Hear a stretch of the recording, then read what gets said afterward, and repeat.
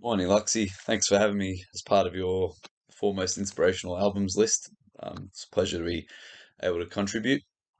So I had a bit of a think about some albums that made quite a big difference to, I guess, my musical outlook and journey, and might have extended it to six, but I hope that's okay. So I'm going to start with the first one, probably most impactful for me.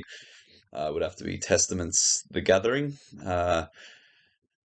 Was always a huge fan of thrash and thrash metal, but there's something about the way Testament on that record mixed, I guess, the heaviness with their traditional thrash sound. And Chuck Billy's vocals on that album, one of the main reasons I decided to become a vocalist, and I learned how to do vocals singing along with Chuck Billy to that album in the car.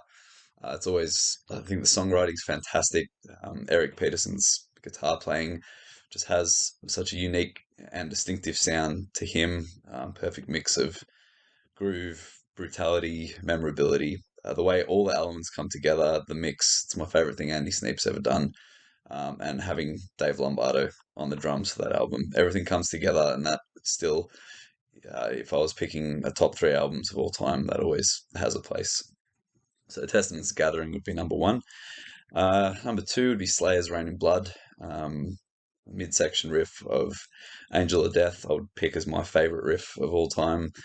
Uh, that entire album, if I'm in the mood for something that just hits hard, um, it's always the one I pull out. The mix is savage. The songs are to the point, and it always amazes me just how many just incredible songwriting ideas they managed to distill into just such a small runtime.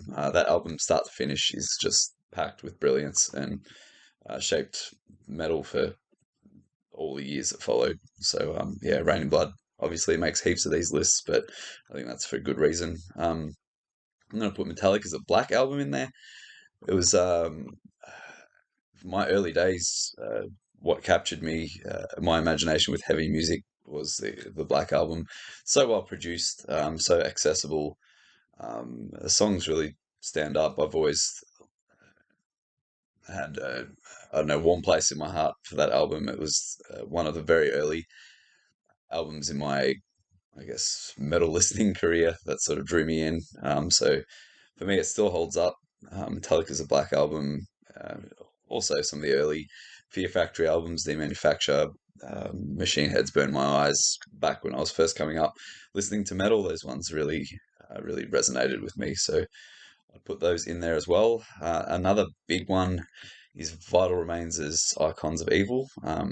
Dechristianize is often touted as everyone's favorite from that band, but the follow up to that, Icons of Evil, I'm not sure what it is. It's the mix of the neoclassical um, beauty that comes from Dave Suzuki's guitar playing, and just the most evil, intense, and just relentless, inhuman vibe. That album, there's something about it. I don't think I've heard it topped. And if I want to hear the most extreme thing in my collection that just has atmosphere for days, that one is something I'll pull out regularly. Um, yeah, and I've put special mention in there. The late catalog, Celtic Frost, Monotheist, through to Tom Warrior's Triptychon. I love everything that's happening there. The darkness of those albums, the um, sincerity of the artistic intent, all the way down from the lyrics to the artwork to the sound design. Whenever Triptychon releases an album, I'll sit in the dark and listen to it with no distractions and just take the whole thing in. Um, yeah, I'm very excited for whatever comes next from that group, and yeah, that'll probably top off my yeah, my most inspirational albums. And yeah, thanks for having me contribute, and yeah, keep up the great work. Cheers, mate.